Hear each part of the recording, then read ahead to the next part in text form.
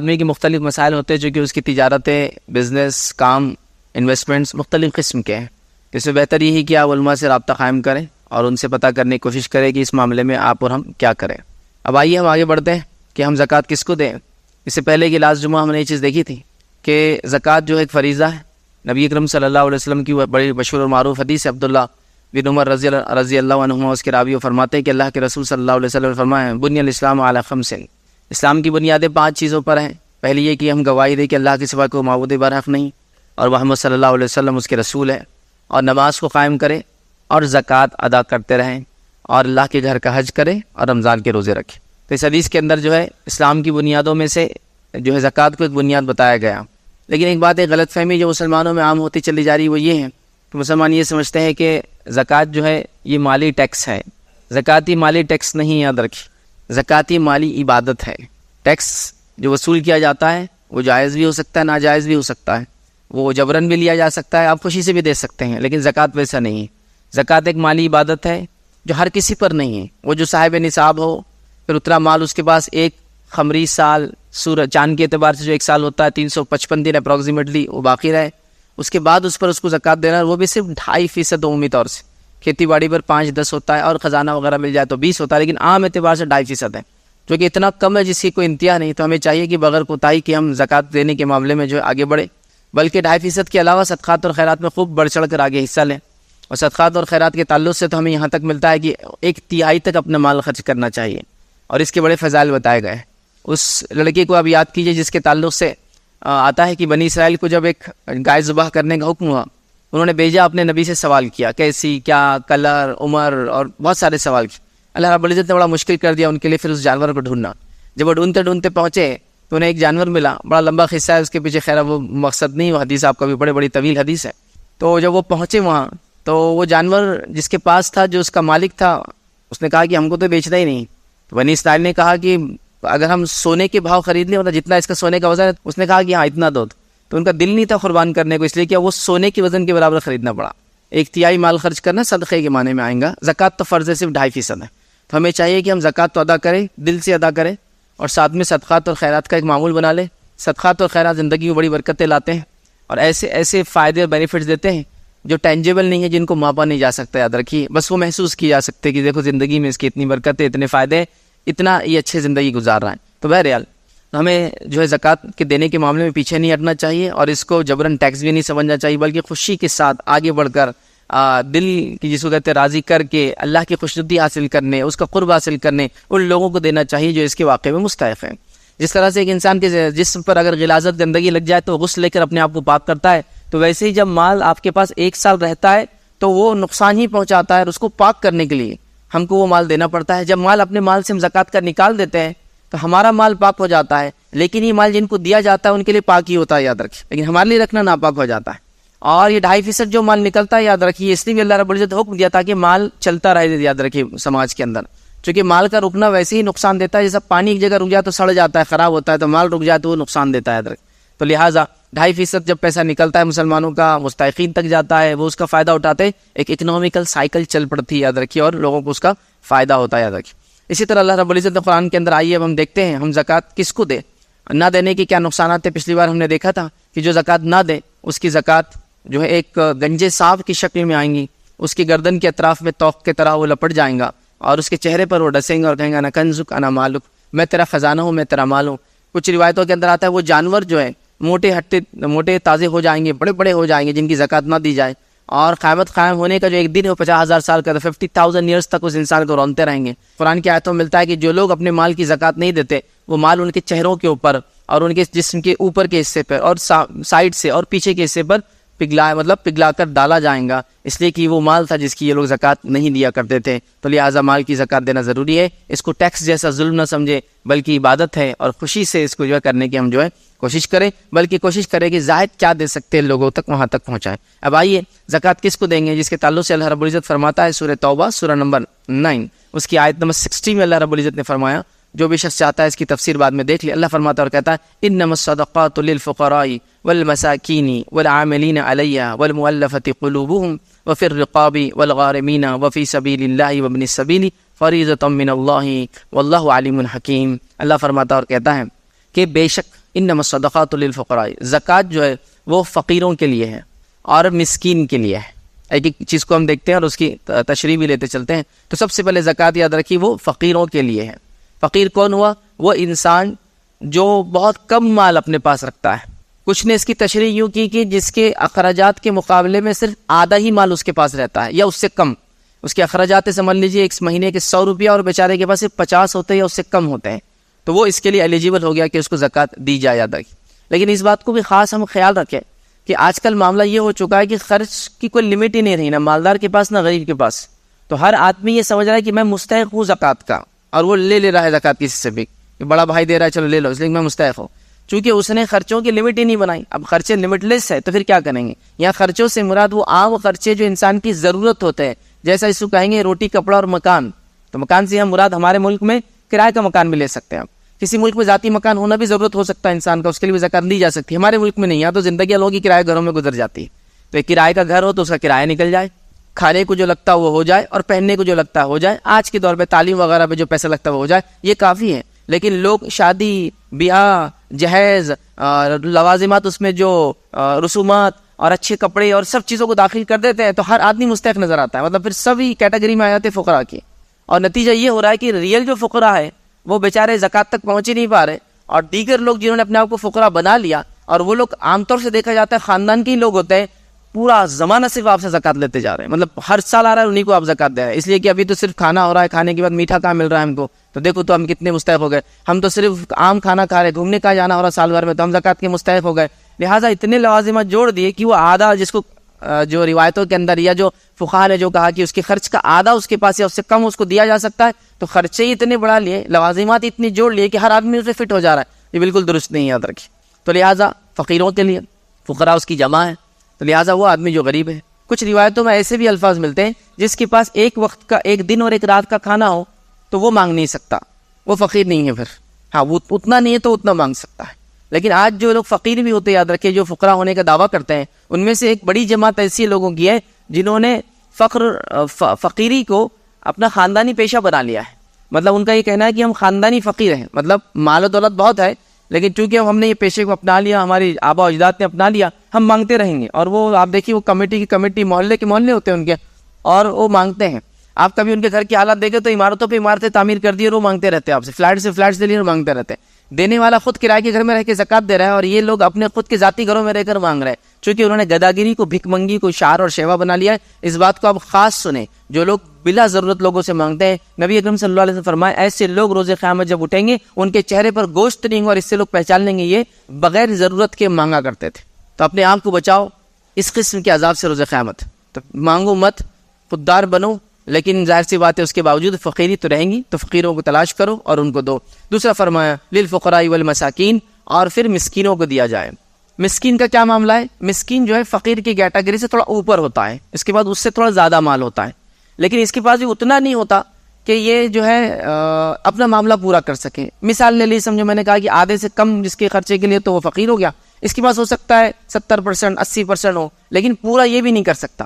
لیکن فقیر اور مسکین کا ڈفرنس یہ ہے کہ فقیر مانگ لیتا ہے اور مسکین مانگتا نہیں ہے. لیکن مطلب اس کے پاس بھی پیسہ کم ہے، 80 روپے ہو رہے مہینے کے، 100 روپے خرچہ ہے، 20 کم ہے، لیکن یہ بولتا نہیں ہے کسی کو اور خاموشی اختیار کر لیتا ہے. فقیر بول رہا ہے کہ مجھے دیجیے، میرے پاس کم ہے، یہ بولتا نہیں. بس یہی اتنا ڈفرنس ہے دونوں کے اندر، یاد رکھ. تو لہٰذا مسکین کا معاملہ یہ ہے کہ اس کو تلاش کرنا ہے. اب مسکین کون ہو سکتا ہے؟ یاد رکھیے، فقیر تو مانگ لیں گا، مسکین مانگیں گا نہیں. مسکین تو خود آپ کا بہت قریبی رشتہ دار ہو سکتا ہے، مسکین خود آپ کا بھائی ہو سکتا ہے، مسکین خود آپ کا بہت قریبی دوست ہو سکتا ہے. مسکین وہ آدمی ہو سکتا ہے جس کو آپ دن رات دیکھ رہے ہو اور وہ بولتا نہیں ہے، لیکن اس کو دیکھ کر محسوس نہیں ہو، مطلب آپ اس کے الفاظ سے محسوس نہیں کریں گے کہ وہ کچھ نہ کچھ اشارتاً کرارتاً ہی صحیح نہیں کہیں گا کبھی. اس کو آپ کو اندازہ لگانا ہے کہ یہ میرا بھائی مسکین ہے، اور خاموشی کے ساتھ اس کو آپ جو کر سکتے ہیں اس کو کر دے، تو یہ مسکین ہے. یاد رکھیں، تو مسکین کو بھی جتنا کماتا ہے پورتا نہیں ہے. لیکن فقیر اور مسکین کا فرق ہے کہ فقیر اور خستہ ہوتا ہے اور مانگ لیتا ہے، مسکین اتنا خستہ نہیں ہوتا ہے لیکن مانگتا نہیں. یاد رکھیں، اس کو تلاش کرنا ہے. تو مساکین کا دوسرا حق ہے، یاد رکھیں. دیکھیے فقیروں سے شروع ہوئی آیت، مسکینوں کے پاس پھر جا رہی ہے. تو یہ دونوں لیسٹ ارننگ کیٹیگریز ہے سماج کی، سب سے کم کماتے ہیں، ان کو ہم کو دینا ہے سب سے پہلے، یاد رکھیں. ٹھیک ہے، لیکن فقراء سے مراد وہ فقیر نہیں جو میں نے بتا دے، جو گداگیری کو اپنا بزنس بنا لیتے ہیں اور زندگی بھر صرف مانگتے رہتے ہیں، حالانکہ وہ بہت زیادہ کما بھی سکتے ہیں, محنت بھی کر سکتے ہیں, بلکہ ہوتا بھی ہے. تو ہم کو اس میں تلاش کرنا اور صحیح مستحقین تک پہنچانا. تیسرا فرمان اللہ نے والعاملین علیہا, اور وہ لوگ جو اس کو جمع کرتے ہیں, مطلب وہ ادارے یا وہ حکومتی ادارے جہاں زکوٰۃ کو کلیکٹ کیا جاتا ہے اور کلیکٹ کر کے ڈسبرس کیا جاتا ہے, یا وہ ادارے جو زکوٰۃوں کو جمع کرتے ہیں اور پھر اس کو بترتیب سال بھر لوگوں کو دیتے ہیں جو اس کے مستحقین ہیں. چونکہ دیکھیے زکوٰۃ ایک ساتھ نکلیں گی تو کیا ضروری ہے رمضان میں سارے مستحق مل جائے؟ کیا ضروری رمضان میں پورے مریض جمع ہو جائے؟ کیا ضروری رمضان میں پورے تعلیمی چیزیں ہو جائے؟ نہیں. تو سال بھر آئیں گے, تو جہاں وہ جمع ہوتا ہے تو وہ ادارے بھی زکوٰۃ کے اندر سے ہی پیسہ لے کر اداروں کو چلا سکتے ہیں. یا حکومت اگر یہ کام کرتی ہے تو حکومت اس بیت المال سے جو زکوٰۃ جمع ہوں گی اسی کلیکشن میں سے عاملین جو کلیکٹرز ہیں, وہ جو ڈسبرس کرتے ہیں, جو تحقیق کر کے لے جا کر پہنچاتے ہیں, اور جو سسٹم کو سال بھر چلانے کو خرچہ آتا ہے وہ بھی زکوٰۃ کے مد میں سے لیا جا سکتا ہے, تاکہ یہ سسٹم اسٹیبلشڈ ہو, تاکہ یہ سسٹم چلے. یاد رکھیے نبی اکرم صلی اللہ علیہ وسلم کے زمانے میں بیت المال کا ایک نظم تھا, مطلب لوگ اپنی زکوٰۃ دیتے, زکوٰۃ آ کر بیت المال میں جمع ہوتی اور سال بھر پھر مستحقین آتے رہتے اور اس کو پھر ان کو دیا جاتا. تو ایسا کوئی سسٹم ہے, یاد رکھیے, تو وہ آدمی بھی اس میں سے یا وہ سسٹم کے لیے چلانے کے لیے اس میں سے پیسہ لیا جا سکتا ہے. لیکن یہاں ایک بات کا خاص خیال ہو, اگر کوئی آپ کا دوست آپ سے کہہ رہا ہے کہ بھائی میری 1 لاکھ زکوٰۃ ہے, ہندوستان میں تم غریبوں میں بانٹ دو, تو آپ عاملین میں نہیں ہوئے, چونکہ آپ کوئی حکومت نہیں ہے, نہ کوئی ادارے کی طرف سے منتخب کیے گئے, تو آپ ایجنٹ ہوئے, اور ایجنٹ جو رہتا ہے وہ مالک کے مقام پہ رہتا ہے, تو آپ نہیں لے سکتے اس میں سے کچھ بھی.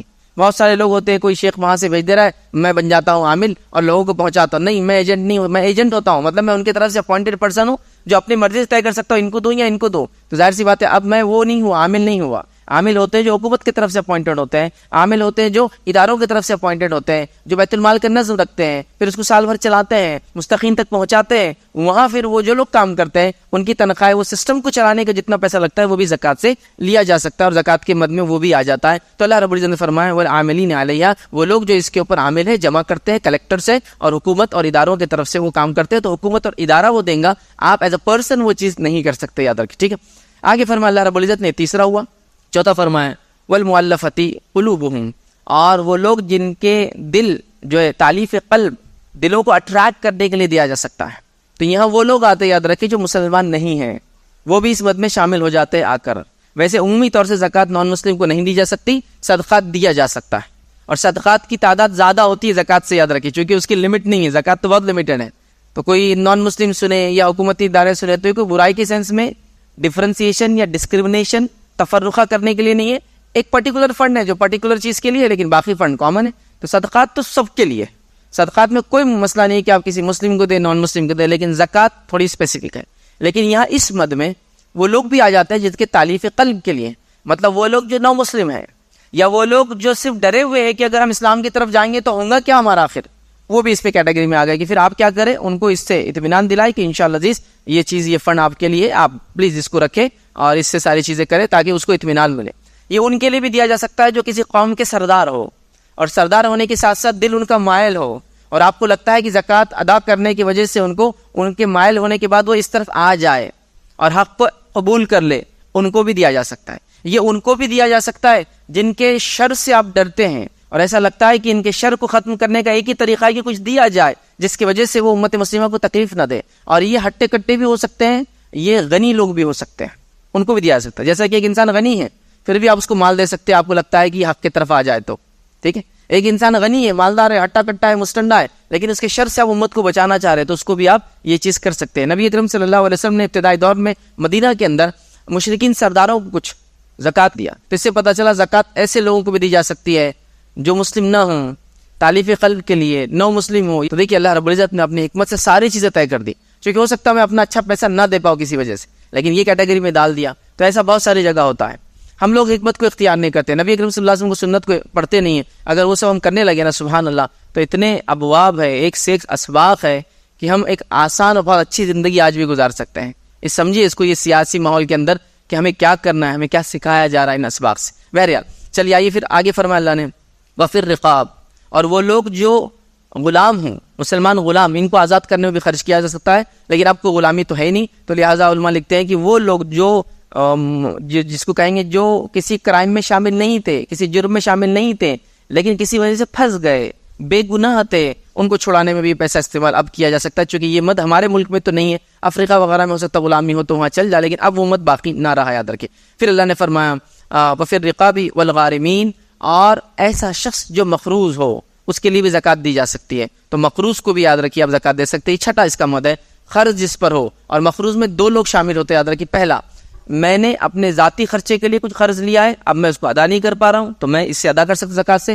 میں نے کسی اور کے قرض ادا کرنے کا بیڑا اٹھا لیا ہوں, گارنٹر بن گیا ہوں کہ بھائی ان کا قرض میں دے دوں گا, ان کو چھوڑ دو ابھی تم, تو اب میں بھی چکا نہیں پا رہا ہوں, تو پھر میں بھی زکوٰۃ لے سکتا ہوں, لیکن اس کے لیے, اور وہ بھی زکوٰۃ لے سکتا لینا چاہے تو. لہٰذا اس کے اندر جو غارمین ہیں اس میں دو لوگ ہیں, ایک میں جو ذاتی طور سے قرض لیا ہوں, میرا قرض چکانا ہے, اور دوسرا اگر میں نے کسی کے قرض چکانے کا ذمہ لیا ہوں کہ بھائی میں فلاں بھائی کا قرض چکاؤں گا, نہیں چکا پا رہا ہوں, تو میں بھی زکوٰۃ لے سکتا ہوں. اب یہ بول کر کہ زکوٰۃ مجھے نہیں چاہیے, لیکن میں نے کسی کا بیڑا اٹھا لیا, ذمہ لے لیا ہوں, اب اس کا قرض مجھے چکانا ہے, آپ مجھے دیجیے, اور پھر آپ وہ چکا سکتے ہیں. تو چھٹا ہوا وفی سبیل اللہ, اور اللہ نے فرمایا اور اللہ کی راہ میں, جس میں علماء لکھتے ہیں جو اکثر قدیم علماء کی راہ ہے وہ ہے قتال فی سبیل اللہ. قتال فی سبیل اللہ, اس کے اندر یہ جو ہے مد شامل ہے. اور قتال کے علاوہ کچھ جدید علماء نے, دیگر کچھ علماء نے یہ فتویٰ بھی دیے کہ دعوت و تبلیغ کے کام میں بھی استعمال آج کے دور میں کیا جا سکتا ہے, چونکہ آج اس کی بڑی بڑی سخت ضرورت ہے. تو ان کے جدید کچھ علماء کے ایسے فتوے موجود ہیں, آپ چاہیں تو اس کو پڑھیں, جس میں ہر وہ چیز جس کے ذریعے یا تو اسلام کا نشر کیا جاتا ہے, اسلام کے بارے میں پائی جانے والی غلط فہمی دور کی جاتی ہے, یا اسلام کے بارے میں لوگوں کو پہنچایا میسج یا پیغام پہنچایا جاتا ہے, تو وہ سب کو دیا جا سکتا ہے. خاص طور سے یوروپ ہے, امریکہ ہے وغیرہ, جہاں دعوت سینٹرز چلتے ہیں, وہاں مسجد وغیرہ کی پرمیشنز نہیں ہوتے, اور وہ لوگ دعوت و تبلیغ کام ان اداروں سے کرتے ہیں, تو کہاں یہ بھی اس کے لیے ایلیجیبل ہے. لیکن قدیم علماء کی تمام کی رائے یہ کہ قتال فی سبیل اللہ یہاں مراد ہے, اللہ کی راہ میں جہاد یہاں مراد ہے, دوسرا کچھ بھی نہیں یاد رکھے. تو یہ ہوا یاد رکھی ساتواں وابن السبیل. اور اس کے بعد مسافروں کے لیے, مطلب وہ شخص جو سفر میں ہو اور سفر میں آیا ہو, مال و دولت ختم ہو گیا ہو, یا لٹ گیا ہو, یا چھین لیا گیا ہو, یا پریشان ہو گیا ہو, یا ایسی کوئی مطلب یہ مصیبت اس پر آ گئی ہو جس کے لیے اس کو مال کی ضرورت ہے, اور وہ مسافر ہو, وابن السبیل. اور مسافر کی جو کیفیت ہے قرآن نے دیکھیے ایسے بیان کی کہ اس کو راستے کا بیٹا کہا. ابن کہتے ہیں بیٹے کو, اور سبیل کہتے ہیں راستے کو. مطلب وہ اتنا مجبور ہوتا ہے کہ وہ راستہ ہے اور وہ خود ہوتا ہے, اور کوئی اس کا سہارا نہیں ہوتا. پھر اللہ آسمان میں ایک الگ بات ہے, لیکن اس کا کوئی سہارا, تو اس کا راستے کا بیٹا کہہ دیا اللہ نے. مطلب ایک مسافر بڑا مجبور ہو جاتا ہے, ہو سکتا ہو گھر کا بہت مالدار ہو, ابھی یہاں جو سچویشن میں آیا بیچارہ پھنس گیا, تو وہ سچویشن کے حساب سے وہ بھی زکوٰۃ کے لیے ایلیجیبل ہو گیا ہے. اور زکوٰۃ کی یہ ٹوٹل 8 مد ہے بس. اب کوئی 9واں اور 10واں مد پوری امت بھی مل جائے تو اپنے اجماع سے اس میں ایڈ نہیں کر سکتی, یا کسی ایک بھی مد کو ڈیلیٹ بھی نہیں کیا سکتا, یہ فکس ہے اللہ کی طرف سے. آئیے ایک واقعہ سنیے. نبی اکرم صلی اللہ علیہ وسلم سے ایک صحابی آئے اور کہا اللہ کے رسول صلی اللہ علیہ وسلم مجھے کچھ زکوٰۃ میں سے کچھ دیجیے, ٹھیک ہے. تو نبی اکرم صلی اللہ علیہ وسلم دیکھیے کیا فرمایا اس صحابی سے, اور کہا, ابو داؤد کی روایت ہے, اللہ تعالیٰ نے زکوٰۃ کے مصارف کو کسی نبی کے حکم پر نہیں چھوڑا. جیسا نماز کا معاملہ ہے, اللہ نے حکم دیا نماز پڑھو, رکوع کے بارے میں ذکر ہے, سجدوں کے بارے میں ذکر ہے, قیام کے بارے میں ذکر ہے, لیکن یہ قیام کب ہوں گا, رکوع کب ہوں گا, سجدہ کب ہوں گا, اور بیچ بیچ میں کیا ہوں گا, کچھ بھی نہیں ہے. کس نے بتایا؟ نبی اکرم صلی اللہ علیہ وسلم نے. وقت کب شروع ہوگا, کب ختم ہوگا, نبی اکرم صلی اللہ علیہ وسلم نے. زکوٰۃ کا ایسا نہیں ہے. رسول اللہ صلی اللہ علیہ وسلم فرما رہے ہیں کہ زکوٰۃ کا معاملہ ایسا ہے کہ اللہ نے خود طے کر دی ہے کس کو دیں گا, کسی نبی پر اس کو نہیں چھوڑا. مطلب نبی بھی اپنے دل سے زکوٰۃ کی مد نہیں دے سکتے ہیں. تو پھر کہا کہ اگر تو اس 8 مد میں سے کسی ایک میں ہے تو زکوٰۃ لے لے, اور اگر نہیں ہے تو پھر اپنے آپ کو روکا رکھ. تو یہاں اس حدیث سے پتہ چلا کہ زکوٰۃ کی مد اللہ کی طرف سے اپوائنٹڈ ہے, اس میں زیادتی بھی نہیں ہوں گی اور اس میں کبھی بھی نہیں کی جائیں گی. جو اللہ نے جیسے بتایا ویسے ہم کو ان مد کے اندر ہی اپنے مال کو خرچ کرنا ہے, اس بات کو ہم خاص خیال رکھیں. اب آئیے زکوٰۃ کے 8 مد دیکھنے کے بعد زکوٰۃ کون نہیں لے سکتا ہے, یا کس کو نہیں دیں گے آپ؟ تو سب سے پہلے غیر مسلم کو زکوٰۃ نہیں چلتی ہے. تالیف قلب کے لیے کن کو دیا جا سکتا بتا دیا میں نے, ٹھیک ہے, ان کو صدقات وغیرہ آپ دے سکتے, وہ مسئلہ نہیں. دوسرا, غنی اور تندرست آدمی کو نہیں دے سکتے ہیں. نبی اکرم صلی اللہ علیہ وسلم نے حدیث کے اندر فرمایا کہ زکوٰۃ غنی اور تندرست صحیح اور سالم آدمی کے لیے حلال نہیں ہے, مطلب اس کے لیے حرام ہے. تندرست ہے اور غنی ہے, ایسا آدمی زکوٰۃ نہیں لے سکتا. ہاں, کوئی آدمی غنی ہے, ٹھیک ہے, اور وہ زکوٰۃ لے رہا ہے تو اس کے لیے حرام ہے. لیکن کوئی آدمی تندرست ہے لیکن اتنا مال نہیں ہے کہ جتنا اس کو ہونا چاہیے, تو پھر وہ آ جائے گا غریب یا مسکین, فقیر یا مسکین کی کیٹیگری, پھر اس کو دے سکتے آپ. لیکن مال ہونے کے بعد مانگنا بالکل, اب مال کس کے پاس ہے کیسے معلوم کریں گے؟ سونا ہے, چاندی ہے, زمین ہے, جائیداد ہے, دھن ہے, دولت ہے, سب کچھ ہے, لیکن ابھی کیش نہیں تو مانگنا شروع کر دیتا ہو زکوٰۃ, جائز نہیں. پہلے وہ سب کچھ بھیج دے اپنا, جیسا کہ کوئی بیمار ہو گیا گھر میں فوراً نکلے زکوٰۃ جمع کرنے, نہیں. آپ پہلے دیکھیں آپ کے پاس کیا ہے, بیمار کے پاس کیا ہے. لوگ کیا بولتے ہیں, بیمار کے پاس کیا, اگر وہ دے لیں گے تو یہ تو پورا خرچ ہو جائے گا, پھر ہم کہاں رہیں گے, کس گھر میں رہیں گے. لیکن اس کا مطلب آپ زکوٰۃ کی کیٹیگری میں ہے نہیں, آپ کے لیے حلال ہی نہیں ہو زکوٰۃ لینا. لیکن آج ہم دیکھ رہے ہیں لوگ گھر کو ریزرو کر دے رہے ہیں, سونا چاندی ریزرو کر کے رکھ رہے ہیں, سب کچھ ہے, ابھی کیش نہیں تو بس چلو اب نکل لیں مانگنے زکوٰۃ, اور زکوٰۃ سے اپن کر لیں گے. تو پوری زکوٰۃیں جمع کر کے کرتے ہیں اور بولتے چلو الحمدللہ گھر بھی بچ گیا, زکوٰۃ میں کام ہو گیا. نہیں, وہ آپ نے حلال نہیں تھا آپ کے لیے وہ مال لینا, حرام کیا آپ نے. پھر آپ سوال کر سکتے ہیں بعد میں رہوں گا کیا؟ آپ کرائے کے گھر میں رہتے ہیں، پہلے جو ہے وہ خرچ کرتے. تو لہٰذا غنی کے لیے زکوٰۃ لینا حلال نہیں ہے، ہٹے کٹے کے لیے حلال نہیں ہے، سوائے اس کے کہ وہ اچھا خاصا مضبوط انسان ہے جس میں لیکن اتنا کمانے کی کوشش کرتا ہے اتنا نہیں کما، وہ ایک الگ بات ہے، ٹھیک ہے، تو وہ بھی نہیں لے سکتا. اسی طرح جو ہے صاحب استطاعت مریض، مطلب جب آپ مریضوں کو زکوٰۃ دے چکے وہ بھی مستحق ہوتے ہیں، یہ بات یاد رکھیے کہ صاحب استطاعت اگر ہے تو نہیں دینا چاہیے، تو معلومات دے، ویریفائی کرے، ورنہ کیا ہوتا ہے آپ سمجھتے ہوئے مریضوں کو دے سکتے اور دے رہے، نہیں، استطاعت والا ہے تو نہیں دے سکتے. اسی طرح میت کے کفن اور دفن کے لیے زکوٰۃ استعمال نہیں ہو سکتی، چونکہ امت کا ذمہ ہے اپنے میتوں کو کفنائے اور دفنائے. اگر وہ اسے گھر والے نہیں کر سکتے تو ہم کریں گے، یا کفن دفن کمیٹی کریں گی، یا امت کے ذمہ داران کریں گے، یا کوئی ایک شعبہ ایک سسٹم بنائیں گے مسجد مدرسوں میں یا عمارت شریعہ میں کہ وہ کریں گے. اس کے لیے زکوٰۃ نہیں ہو سکتی چونکہ امت کا یہ معاملہ ہے، ہمارا کام ہے کہ اپنے ایک بھائی کو اس کے آخر مقام تک پہنچائے، لہٰذا اس کے لیے بھی زکوٰۃ نہیں چلتی، یاد رکھیں. اسی طرح جو ہے زکوٰۃ جہاں نہیں چلتی یاد رکھیے وہ ہے کہ قرآن کی چھپائی کے لیے زکوٰۃ نہیں چلیں گی، یاد رکھیے کہ آپ قرآن کو چھاپے کرے اس زکوٰۃ کے پیسے سے، یہ درست نہیں. یاد رکھیے ہاں آپ کسی مستحق بچے کو کچھ پیسہ دے جو زکوٰۃ کا مستحق ہے اور وہ تعلیم کے لیے قرآن جا کر خریدے، وہ مسئلہ نہیں ہے، وہ ایک الگ چیز ہے، چونکہ آپ نے اس کو دے دیا، وہ مالک بن گیا، اب وہ جہاں چاہے خرچ کرے. لیکن آپ خود سے کہیں کہ اب اتنے بچے آ رہے جو مدرسے میں پڑھتے ہیں اور ان کو قرآن کی ضرورت ہے، چلو میں زکوٰۃ سے قرآن ہی چھاپتا ہوں، نہیں، آپ زکوٰۃ کے مستحق کو زکوٰۃ دے، اس سے وہ قرآن خریدے یا سلیبس لے، وہ الگ مسئلہ، لیکن آپ زکوٰۃ سے قرآن چھاپ کر نہیں دے سکتے. تو امت کا ذمہ ہے اللہ کی کتاب کو چھاپے، خود پڑھے اور دوسروں تک اس کو پہنچائے، یاد رکھیں. اسی طرح جو ہے مسجد پر بھی زکوٰۃ نہیں ہوتی، یاد رکھیے، مسجد کو زکوٰۃ کا پیسہ نہیں چلتا، یاد رکھیے. مسجد کو صرف صدقات آپ کے جس کو کہیں گے، مطلب زکوٰۃ کے علاوہ دیگر چیزیں جو ہے وہ مسجد کے لیے چلتی ہے، تو مسجد کے لیے بھی زکوٰۃ کا پیسہ نہیں چلتا ہے، چونکہ مساجد ان جگہوں میں سے نہیں ہے جہاں اس قسم کا پیسہ لگایا جائے. کن کو لگایا جائیں گا وہ 8 لوگ ہیں، وہ بتا دیے گے، صرف ان کو ہی لگیں گا، یاد رکھے. اسی طرح جو ہے دنیاوی تعلیمی اداروں کے اوپر بھی زکوٰۃ کا پیسہ آپ نہیں دیں گے، سوائے اس کے کہ پھر تعلیمی ادارہ اس کو میک شیور کرتا ہو کہ آنے والے سارے لوگ مستحق ہو، مطلب طے ہے کہ یہ سارے مستحقی لوگ آتے ہیں یہاں پڑھنے کے لیے، مطلب کوئی دوسرا آتا ہی نہیں جس کے پاس مال ہو، صاحب نصاب ہو. یا پھر سسٹم یہ ہو کہ صاحب نصاب کو ہم بولتے ہیں اور اس سے لے لیتے ہیں، جو صاحب نصاب نہیں ہے اس کو اس سے فری دیتے ہیں، وہ ایک الگ بات ہے، ٹھیک ہے. لیکن تعلیمی اداروں میں عام طور سے فیس دی اور لی جاتی ہے، تو ظاہر سی بات ہے جب آپ کسی سے فیس لیں گے تو زکوٰۃ کا مستحق، مطلب زکوٰۃ سے ادارہ بنائیں گے اور فیس لیں گے تو نہیں چلیں گے، یاد رکھیں. زکوٰۃ کا سے بنائیں گے تو پھر زکوٰۃ کے مستحقین ہی فائدہ اٹھائیں گے، دوسرے لوگ فائدہ نہیں اٹھا سکتے اس ادارے سے. تو اس بات کا خاص خیال رکھے. لوگ NGOs وغیرہ کو دیتے ہیں جو پیورلی جو ہے دنیاوی جو ہے تعلیم دیتی ہے، یاد رکھیے وہ اس کی مستحق نہیں ہوتی، چونکہ وہاں میرے اور آپ کی بچے بھی جا سکتے پڑھائی کے لیے جو کہ مستحق نہیں اس زکوٰۃ کے پیسے کے.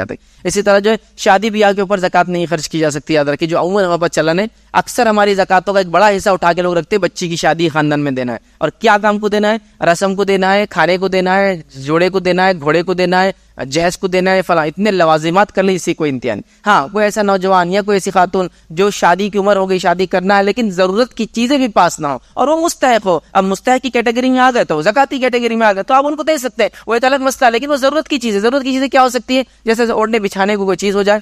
اب شادی ہو گئی تو غسل وغیرہ زیادہ لگے گا تو کوئی پانی وغیرہ کا انتظام، گیزر وغیرہ کا انتظام کرنا، حمام وغیرہ گھر کے اندر بنانا، اب تک باہر جاتے تھے، یہ اس میں شامل ہو سکتا ہے، ضرورت کی چیزیں. لیکن یہاں ایسا ہو چکا ہے کہ تقریباً زکوٰۃ کا ایک بڑا حصہ صرف شادیوں میں ہمارا دیا جاتا ہے، ان ویریفائڈ بھی کبھی کر دیا جاتا ہے، بس شادی ہے تو بس زکوٰۃ دے دو، اور بڑی رقمیں دی جا رہی ہے، جبکہ زکوٰۃ سے آپ لوگوں کو اسٹیبلش کرتے، تجارت سے لگاتے، بیماروں کا علاج کرتے، یہ مین مصارف تھے. شادی میں جاتا ہے تو شادی اس کی نہیں، سوائے اس کے کہ آدمی مستحق ہو اور اس کو آپ دے. لہٰذا اس معاملے میں امت خیال رکھے کہ شادی بھی ہمیں زیادہ خرچے نہ کرے، ورنہ زکوٰۃ کے مستحقین کا پیسہ زیادہ تر دوسری چیزوں میں چل رہا ہے. ایسا کوئی نوجوان کہے کہ میری شادی کرنا ہے، مہر کے بھی پیسے نہیں میرے پاس، ہم کہہ سکتے ہیں کہ میرے پاس بھی پیسہ نہیں ہے لیکن زکوٰۃ دے سکتا ہوں، کیونکہ مہر ضروری ہے نا. تو یہ سب چیزیں ہیں، تو ضرورت کے لیے تو ایک الگ بات ہے، لیکن ہمارے پاس بس شادی میں سمجھو زکوٰۃ اگر 100 روپے دی جا رہی ہے تو 60-70 روپے صرف شادیوں کے لیے لوگ اٹھا کے رکھتے، بچی کی شادی ہے سونا لے لیں گے اس کو، مطلب ایک ہی آدمی کو زکوٰۃ کی اس سال اور بس وہ بھی سونے کی شکل میں گئی، کیا اس سے فائدہ ہوگا؟ دن بس صرف کان میں رہیں گا یا ہاتھ میں رہیں گا، نہ اس سے کچھ کمائی ہوں گی نہ کچھ ہوگا. سوچیے آپ خود زکوٰۃ کا فائدہ کیا ہوا؟ مطلب وہ خود اگر 4-5 لوگ دے تو زکوٰۃ دینے والا بن جاتا پھر. تو بہرحال اس معاملے میں سوچ وچار سے کام لیں. اسی طرح اپنے ملازم کو آپ زکوٰۃ نہیں دے سکتے، اس بات بھی کوئی یاد رکھے، خاص طور سے اس معنی میں نہیں دے سکتے کہ آپ پہلے سے بتائیں کہ ہمارے پاس جاب کریں گے تو تنخواہ 10,000 روپے مہینہ، سال میں زکوٰۃ بھی ہم دیتے ہیں، نہیں، اس لیے کہ پھر آپ زکوٰۃ کی وجہ سے وہ کام کریں گے آپ کے پاس.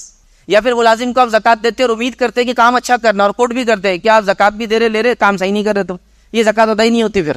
اس لیے کہ آپ ملازم کو زکوٰۃ دے سکتے ہیں خاموشی کے ساتھ، بغیر بتائے کہ مطلب پہلے سے جب کانٹریکٹ ہوں گا جاب پر آئے نہیں بولیں گے آپ کو زکوٰۃ بھی دیں گے، لیکن کوئی ملازم ہے مستحق ہے، خاموشی سے آپ اس کو دے دیں. لیکن اس سے یہ ایکسپیکٹ مت کرے کہ کام اچھا کرے، اس کی وجہ سے یہ ایکسپیکٹ مت کرے کہ سال بھر بھاگ کے نہ جائے میرے پاس سے، یہ ایکسپیکٹ مت کرے کہ وہ حاجی اور جی حضوری کرے، تو پھر ایسا جائز نہیں ہے. اپنے ملازم کو پھر آپ زکوٰۃ نہیں دے سکتے. لیکن آپ نے کوئی وعدہ نہیں کیا، کوئی بات طے نہیں ہوئی، آپ کو پتا چلا آپ کا ملازم بھی زکوٰۃ کا مستحق ہے، دے دیجیے اس کو، کوئی مسئلہ نہیں. لیکن اس سے امید مت کیجیے کہ اب کام اچھا کریں گا، دل جوئی سے کریں گا، بھاگ کر نہیں جائیں گا. لوگ ہوتا ہے نا کام والیوں کو آتی ہے کام کے لیے گھروں میں نے دیکھا لوگ بولتے ہیں آپ کو تنخواہ 4,000 روپے مہینہ، سال میں 20,000 روپے زکوٰۃ. ٹھیک ہے، وہ حساب کرتا ہے تو وہ ڈیوائڈ بائی 12 کر کے لگا لیتا. اچھا اچھی خاصی انکم ہے تو 5,000-5,500 ہو جائے. نہیں، یہ پھر درست نہیں ہے. یہ تو زکوٰۃ کی لالچ میں وہ کام کریں گا. آپ بول نہیں سکتے ایسا. ہاں آپ نے زکوٰۃ دیتے ہیں، لوگوں کو پتا ہے بھائی صاحب جو ہے زکوٰۃ بھی دیتے، نوکروں کو ایک الگ بات ہے. لیکن کبھی بھی یہ نہ بولا جائے گا، نہ کوٹ کیا جائے گا، نہ امید رکھی جائیں گی، نہ ایکسپیکٹ کیا جائے گا. تو اپنے ملازمین کو آپ جاب پہ اگر بول کر رکھتے ہیں زکوٰۃ دیں گے تو پھر یہ درست نہیں ہوں گا. ہاں ان ایکسپیکٹڈلی آپ کو دکھا، آپ نے حالات آئے دے دیا بغیر امید کے کہ کچھ کام کرے، رکے. ہو سکتا ہے آج زکوٰۃ لے کل سے کام چھوڑ دیتے. آپ یہ نہیں بول سکتے دوسروں کو دیکھو بھاگ کے چلا گیا، سال بھر دیا، آج ہی زکوٰۃ دیا، کل بھاگ کر چلا گیا. تو آپ مطلب زکوٰۃ کی وجہ سے امید رکھتے تھے بھاگ کر نہ جائے، یہ زکوٰۃ نہیں ہوئی. پھر یہ تو آپ زکوٰۃ کا فائدہ اٹھا لے رہے ہیں. زکوٰۃ تو اللہ کے لیے عبادت ہے نا. جیسا کوئی نماز پڑھے دوسروں کو دکھائے تو وہ تو ختم ہو گیا نا، اس کے لیے ہو گئی ہو. تو یہاں اپنے فائدے کے لیے آپ نے زکوٰۃ دے دی، ٹھیک ہے، وہ اللہ کے لیے دینا ہے اندر کے. تو اس کا بھی خاص ہم خیال رکھیں کہ کوئی شرط وغیرہ اس میں شامل نہ ہو. اسی طرح جو پیشے ور مانگنے والوں کو بھی زکوٰۃ مت دیجیے.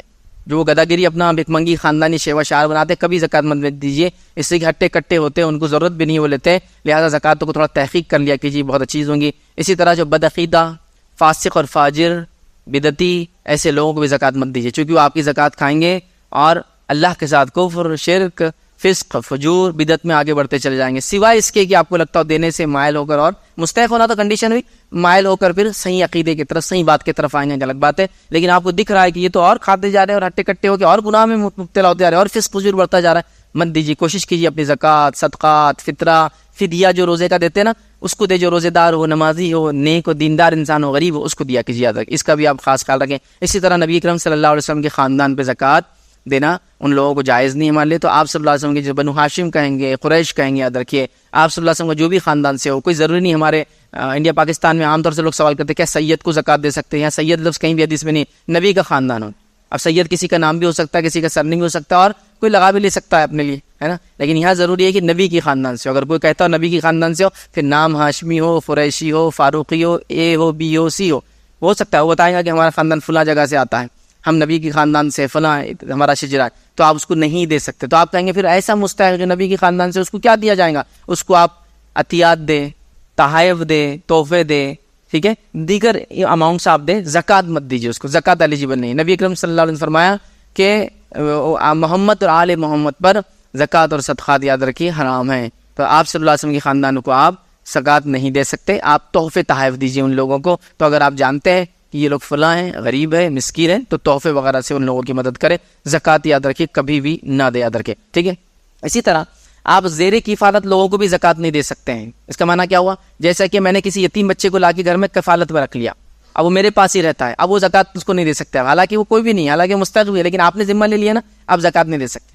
آپ کے کوئی خالہ ہے، پھوپھو ہے وغیرہ ہے، جن کو زکوٰۃ آپ دے سکتے تھے اگر وہ آپ سے الگ رہتے، لیکن ابھی وہ آگے ڈیپینڈ ہو گئے، ان کی شوہر کا انتقال ہو گیا یا کسی وجہ سے وہ آپ کے پاس رہتے ہیں، تو آپ کے زیر کفالت آ گئے، آپ کے ماتحت آ گئے، آپ کے پاس رہتے ہیں. تو ان تمام لوگوں کو جو آپ کے زیر کفالت ان کو زکوٰۃ نہیں چلتی ہے. پہلے تو ظاہر سی بات جن کی کفالت آپ پہ ذمہ ہے، جیسا ماں باپ، بچے، بیوی، ذمہ ہے، ذمہ تو دے ہی نہیں سکتے. لیکن جو ذمہ نہیں ہے، جن کو آپ نے لے لیا کسی وجہ سے کہ بھائی تم 2 بچوں کو لا لو، میرے پاس چھوڑ دو، یہ میرے پاس رہیں گے اب میری کفالت میں، اب ان کو بھی زکوٰۃ آپ نہیں دے سکتے. زیر کفالت لوگوں کو بھی زکوٰۃ نہیں چلتی، چونکہ آپ نے ان کو اپنے پاس رکھ لیا، لہٰذا آپ زکوٰۃ کیوں مستحق نہیں ہے. آپ کو اپنے دیگر پیسوں سے ان کی مدد اور ان کے اوپر خرچ وغیرہ کرنا ہوگا. تو یہ وہ لوگ تھے جن کو آپ زکوٰۃ نہیں دیں گے، اور یہ 8 مٹ تھے جن لوگوں کو ہم لوگ زکوٰۃ دیں گے. اب کوشش یہ کریں آپ لوگ یاد رکھیے کہ زکوٰۃ ایک مشت دے کر کسی ایک انسان کو زکاتی کیٹیگری سے نکالنے کی ہر سال کوشش کرے. مطلب زکوٰۃ کو توڑ توڑ کے دینے کے بدلے ایسا دے کہ وہ ایک آدمی زکاتی کیٹیگری سے نکلنے کے لائق بن جائے. اس طرح سے زکوٰۃ دینے کی آپ کوشش کریں. مطلب یہ کہ میری زکوٰۃ 100 روپے نکلتی سمجھ لیجیے، میں کوشش کروں کہ یہ بار کسی ایک مستحق کو جو خاندانی ہو، مطلب خاندان سے ہو، میرے نزدیکی رشتہ دار ہو یا میرا پڑوسی ہو یا جاننے والا ہو. پہلے آس پاس کے لوگوں کو دیکھیے نا، دور دور کیوں جاتے ہیں، پہلے آس پاس دیکھیے، دیکھیے یہ پہلے مستحق لوگ ہیں آپ کے رشتہ دار، تو آپ دیکھیے اور اس کے بعد ان کو اسٹیبلش کیجیے کہ بھائی بھانجے صاحب آؤ، آپ بہت دن سے پریشان ہیں، معلوم آپ کو بہنوئی کی حالت کیا ہے. ان کو بلایا، ایک تجارت ڈال کے دے دی، بزنس کھول کے دے دیا، تاکہ اب ایک کم از کم آدمی زکوٰۃ اگلے سال نہیں لیں گا، کیٹیگری سے نکلے گا. اگلے سال آپ کیا کریں، آپ نے 4 لوگ تھے، چاروں کو 25-25 روپے، کسی کا مسئلہ حل نہیں ہوا. پھر اگلے سال 4 ہوگا، پھر 25-25 روپے، پھر مسئلہ حل نہیں ہوا. پھر اگلے سال ان کے بچے آنا شروع ہو گئے، 6 لوگ آ گئے، پھر آپ نے دیا 18-20-15 روپے جو بھی دے سکتے تھے، پھر مسئلہ حل نہیں ہوا. آپ سب کو بولے کہ میں یہ سال ان کو اسٹیبلش کر رہا ہوں، اگلے سالوں کے لیے آپ انتظار کریں، اللہ مجھے دے تو میں کر لوں گا. پھر اگلے سال پھر اچھا آپ اپنا نہیں، آپ کے بھائی وغیرہ زکوٰۃ کے خاندانی لوگ ملے، خاندان کی زکوٰۃ جمع کرے اور خاندان کے مستقل میں اسٹیبلش کرنے کا پلان کرے کہ ان کو یہ دلا کے کھڑے کر دیں گے, ان کو ایک چکی ڈال دیں گے, ان کو ایک سیکنڈ ہینڈ رکشہ دے دیتے ہیں, ان کو ایک ہاتھ گاڑی ڈال کے دے دیتے ہیں, ان کو فلاں کرتے ہیں اور سب لگ گئے روزگار سے. ایسا کیجیے. تو زکوٰۃ کو توڑیے مت, بڑے رقموں میں دیجیے, ایک مشت بنا کے دیجیے, اسٹیبلش کھڑا کرنے کے لیے دیجیے تاکہ فہرست میں سے غریب نکل جائے. کم از کم زکوٰۃ نہ مانگے, چلو وہ زکوٰۃ دینے والا کب بنے گا نہیں مان, لیکن زکوٰۃ لینے والا نہ رہے. یہ کوشش کرے. اب وہ 100 روپئے کو توڑ کر 100 لوگوں میں 1 روپیہ دینا, پھر وہ 100 لوگ زندگی بھر آپ کے پاس آتے ہیں, ایک آدمی بھی اسٹیبلش نہیں ہوتا ہے, درست نہیں. دوسرا, زکوٰۃ کو لوگ لے رہے اور زیادہ زیادہ کیا کر رہے ہیں معلوم آج کل لوگ زکوٰۃ سے, آپ کا کام ہے زکوٰۃ دے رہے تو آپ تھوڑا اس پہ بھی مانیٹر کیجیے. زکوٰۃ ہم دے رہے اور لوگ کیا کریں, عید کے کپڑے زکوٰۃ سے, عید کا شیرخرما زکوٰۃ سے, عید کا رنگ روغن فلاں فلاں زکوٰۃ سے.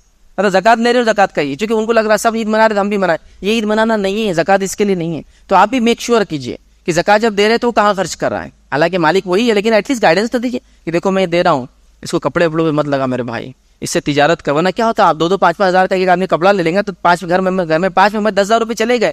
یہ 10,000 روپئے اگر ایک جگہ آئیں گے تو کچھ تو سامان لا کے کم از کم گلے میں لٹکا کے بیچ تو سکتا گلی میں جا کر, یا نکڑ پہ کھڑ رہ کے ایک چادر ڈال کے تو بیچ سکتا ہے نا.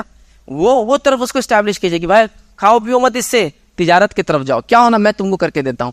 تھوڑی محنت کرنے کی ضرورت ہے, اپنی زکاتوں پہ خاص ایمفیسائز دینے کی ضرورت ہے, ورنہ بہت بیجا خرچ ہوتی ہے زکات. یاد رکھیے زکات کا سب سے اچھا مصرف آپ یہ کر سکتے ہیں کہ طالب علم کو آپ زکات دیں تاکہ وہ لوگ پڑھے, چونکہ آج پڑھیں گا کل انشاءاللہ کمانے والا بنے گا. تو کل زکات سے آپ ایک آدمی کو نکال رہے ہیں, تو بہرحال اس کو کوشش کرنے کی ضرورت ہے. یاد رکھیں کوشش کریں زکات آپ کی صحیح جگہ جائے, لوگوں کو آپ صحیح گائیڈنس کریں, اور ہو سکے تو بیت المال قائم کرنے کا نظم بنانے کی آپ کوشش کریں, چونکہ بیت المال ایک بڑی اہم چیز ہے. یاد رکھیں جو وہ کانسیپٹ ہمارے پاس سے چلا گیا, ایک ایسا ادارہ ہو جہاں زکاتیں جمع ہوتی ہو اور سال بھر لوگوں کو دی جاتی ہو.